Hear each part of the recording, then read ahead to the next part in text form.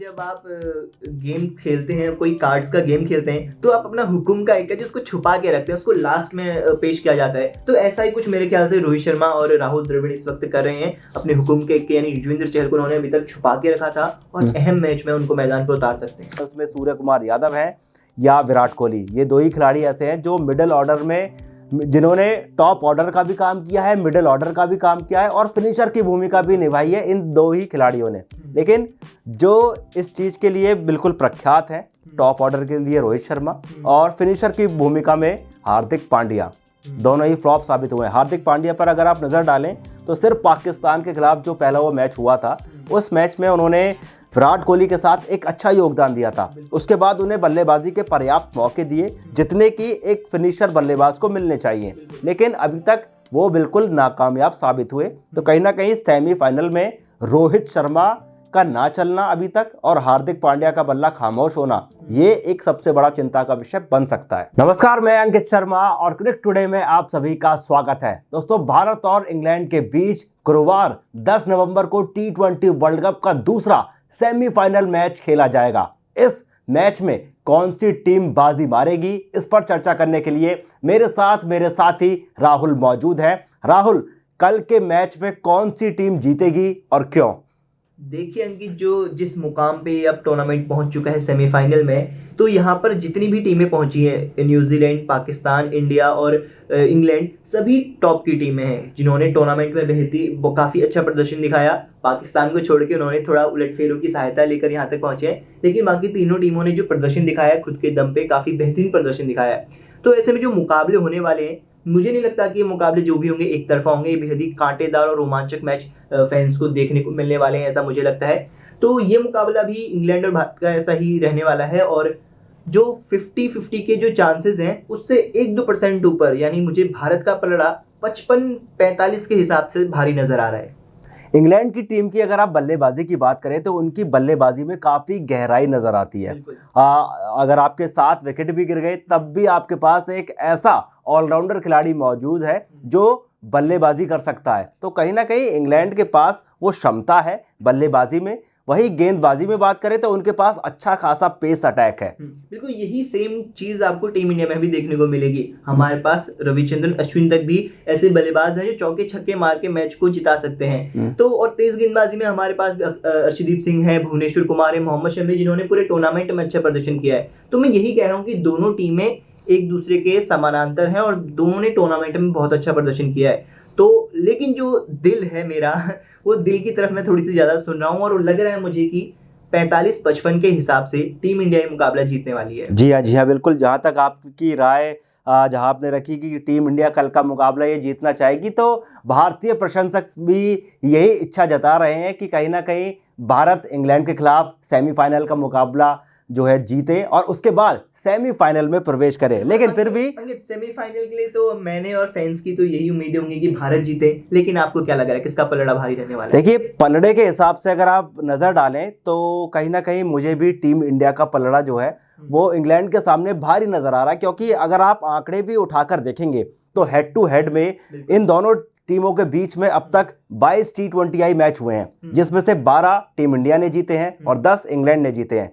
T20 world cup इतिहास की बात करें तो उसमें ये दोनों टीमें 3 बार आमने सामने भिड़ी हैं, उसमें भी भारतीय टीम का ही पलड़ा भारी रहा है। भारतीय टीम ने 2 बार इंग्लैंड को मात दी है, वो भी बड़े मार्जिन से। 2007 का T20 वर्ल्ड कप कोई नहीं भूल सकता, जब स्टुअर्ट ब्रॉड के खिलाफ युवराज सिंह ने 6 गेंदों में 6 छक्के लगाए थे। वहीं 2012 विश्व कप जो कि श्रीलंका में हुआ था, उस मैच के दौरान भी टीम इंडिया ने इंग्लैंड को 90 रनों से हराया था। तो कहीं ना कहीं वर्ल्ड कप के इतिहास में टीम इंडिया जो है वो इंग्लैंड पर काफ़ी भारी रही है। लेकिन अब मौजूदा टीम जो है वो काफ़ी बदलाव टीम में देखने को मिल रहे हैं। एक तरफ टीम इंडिया की बात करें तो टीम इंडिया पर भी काफ़ी प्रतिभाशाली खिलाड़ी हैं, जैसे कि विराट कोहली, जैसे कि सूर्य कुमार यादव।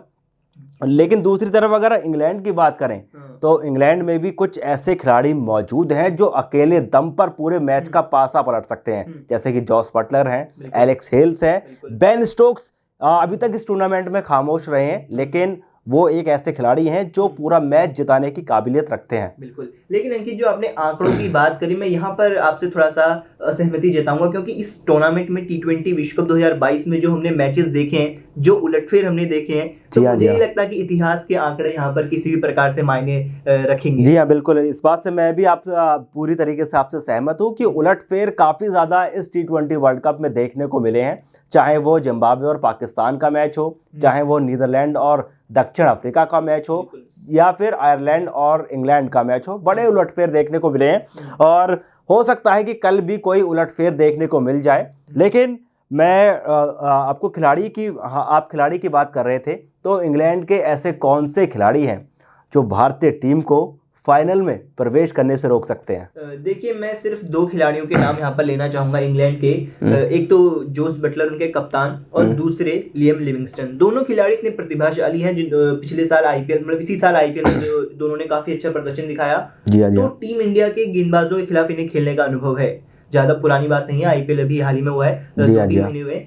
तो उस हिसाब से भारतीय टीम को थोड़ा सा सतर्क रहने की जरूरत है इन दोनों खिलाड़ियों के खिलाफ। जी हाँ, बिल्कुल। मैं अगर आप ये सवाल मेरे से पूछते तो मेरे जहन में भी इन्हीं 2 खिलाड़ियों का नाम था कि कहीं ना कहीं ये टीम इंडिया के लिए खतरा साबित हो सकते हैं, क्योंकि जॉस बटलर जो है वो जबरदस्त बल्लेबाज हैं और जैसा कि आपने बताया कि भारतीय गेंदबाजों को खेलने का इन्हें काफी ज्यादा अनुभव है, क्योंकि लंबे समय से आईपीएल खेल रहे हैं। राजस्थान रॉयल्स के लिए इन्होंने आईपीएल खेला है, मुंबई इंडियंस के लिए भी खेला है। वहीं लियम लिविंगस्टन ने भी इस बार आईपीएल में जबरदस्त प्रदर्शन किया था, लंबे लंबे छक्के लगाने की काबिलियत रखते हैं।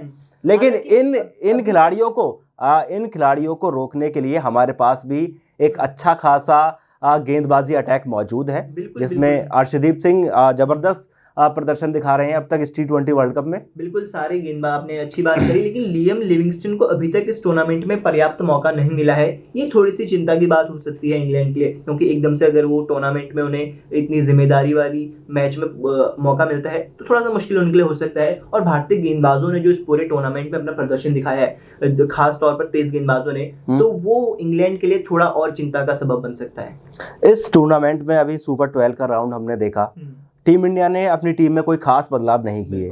जिम्बाब्वे के खिलाफ एक बदलाव किया कि दिनेश कार्तिक के बजाय ऋषभ पंत को टीम में शामिल कर लिया। सेमीफाइनल में क्या आप देखते हैं कि क्या कोई बदलाव ऐसा करना चाहिए?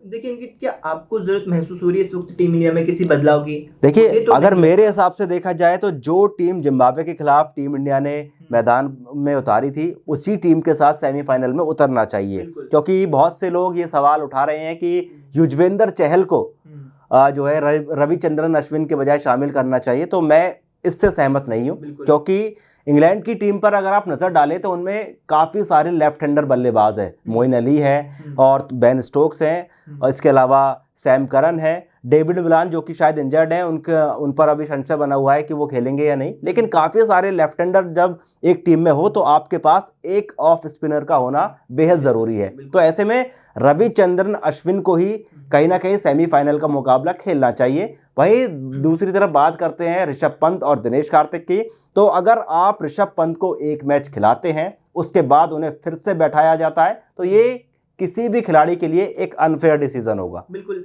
इसके अलावा आपने इनकी तो बात कर ली, लेकिन मेरे को लगता है युजवेंद्र चहल कहीं ना कहीं इस मैच में खेलते हुए नजर आ सकते हैं, क्योंकि जो एडिलेड का मैदान है, इसके अलावा जो लेग स्पिनर्स ने इस पूरे टूर्नामेंट में परफॉर्म किया है, वो इस बात के संकेत दे रहा है कि युजवेंद्र चहल को इस मैच में होना चाहिए, क्योंकि एडिलेड का मैदान है, काफी छोटा मैदान है। युजवेंद्र चहल को आप खिलाएंगे किसकी जगह पर? देखिए, मुझे लगता है कि अश्विन इसका विकल्प हो सकते हैं, क्योंकि हालांकि अश्विन ने औसत गेंदबाजी करी टूर्नामेंट में, उनको फ्लॉप नहीं कहा जा सकता, लेकिन उनको अत्यधिक सफल भी नहीं कह सकते आप। तो ऐसे में युजवेंद्र चहल अगर खेल लेते हैं तो ये कोई ज्यादा बुरा फैसला नहीं कहा जाएगा टीम मैनेजमेंट और रोहित शर्मा का। जहां तक ये आप ये कह सकते हैं कि एक गैम्बल हो जाएगा, क्योंकि अभी तक सुपर 12 के 5 मुकाबले खेले और उसमें एक भी मैच युजवेंद्र चहल को नहीं खिलाया, और एकदम से युजवेंद्र चहल को सेमीफाइनल के मैच में उतार दिया जाए, तो कहीं ना कहीं इस पर सवाल खड़े हो सकते हैं। देखिए, जब आप गेम खेलते हैं, कोई कार्ड्स का गेम खेलते हैं, तो आप अपना हुक्म का एक है जो उसको छुपा के रखते हैं, उसको लास्ट में पेश किया जाता है। तो ऐसा ही कुछ मेरे ख्याल से रोहित शर्मा और राहुल द्रविड़ इस वक्त कर रहे हैं। अपने हुक्म के एक यानी युजवेंद्र चहल को उन्होंने अभी तक छुपा के रखा था और अहम मैच में उनको मैदान पर उतार सकते हैं। और ऋषभ पंत और दिनेश कार्तिक की बात करें, देखिए, इन दोनों में मुझे नहीं लगता कि इन दोनों को मौके मिले हैं। ऐसा नहीं है कि मौके नहीं मिले। एक बार ऋषभ पंत को मिला है, जिम्बाब्वे के खिलाफ खासतौर पर उन्हें रन बनाने चाहिए थे, और दिनेश कार्तिक को तो पर्याप्त मौके मिले हैं, हालांकि गेंदें ज्यादा नहीं खेली है, लेकिन दोनों ने निराश किया है मुझे लगता है। तो ऐसे में दोनों में से किसी को भी खिलाया जाए, ये ज्यादा प्लेइंग 11 को प्रभावित नहीं करेगा। जी हाँ, इसके साथ ही अब प्लेयर बैटल की बात करते हैं। दोनों तरफ एक से बढ़कर एक खिलाड़ी मौजूद है। प्लेयर बैटल किन खिलाड़ियों के बीच में होने वाली है? देखिए, इस वक्त जो भारतीय टीम के बल्लेबाज हैं और इंग्लिश टीम के गेंदबाज हैं, तो इनके बीच मुझे थोड़ा सा संघर्ष देखने, कांटे की टक्कर देखने को मिल सकती है। और खास तौर पर विराट कोहली और अगर इंग्लिश गेंदबाज मार्क वुड उस मैच में खेलते हैं, तो मुझे लगता है इन दोनों के बीच अच्छा कंपटीशन देखने को मिल सकता है।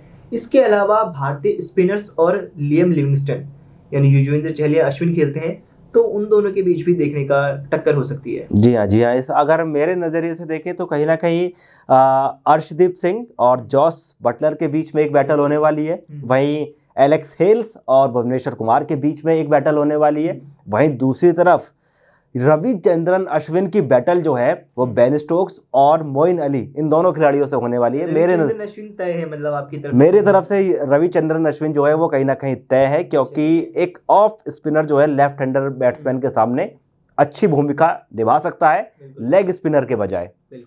लेकिन कहीं ना कहीं अब बैटल दूसरी तरफ अगर इंग्लैंड की गेंदबाजी पर अगर आप नजर डालें और इंग्लैंड की पूरी टीम क्रम पर अगर आप नजर डालें, तो भारत के लिए एक खुशखबरी की बात यह है कि मार्क वुड चोटिल है। तो अभी कोई तय नहीं है कि वो कल का मैच खेलेंगे या नहीं। अगर वो कल का मैच नहीं खेलते हैं तो कहीं ना कहीं ये भारतीय टीम के लिए एक राहत भरी खबर हो सकती है, क्योंकि इस T20 वर्ल्ड कप में उन्होंने जबरदस्त खेल दिखाया है। लगातार 150 से ज़्यादा की तेज गति से गेंदबाजी वो कर सकते हैं। तो कहीं ना कहीं भारतीय बैट्समैन जो है वो अपने आप को कहीं ना कहीं सेफ महसूस करेंगे। बिल्कुल, मार्क वुड ने विकेट भी चटकाए हैं, कंसिस्टेंटली अपनी टीम को फायदा पहुंचाया है। लेकिन मुझे नहीं लगता कि उन्होंने ऐसे तेज गेंदबाजों, पाकिस्तान के तेज गेंदबाजों का सामना किया है, वार्म अप मैच में ऑस्ट्रेलिया के तेज गेंदबाजों का सामना किया है, दक्षिण अफ्रीका के तेज गेंदबाजों का सामना किया है। तो मुझे लगता है कि रफ्तार ज्यादा चिंता का विषय रही है भारतीय बल्लेबाजों के लिए। हालांकि जो क्षमता है इंग्लिश गेंदबाजों की, उसे कम नहीं आंका जा सकता।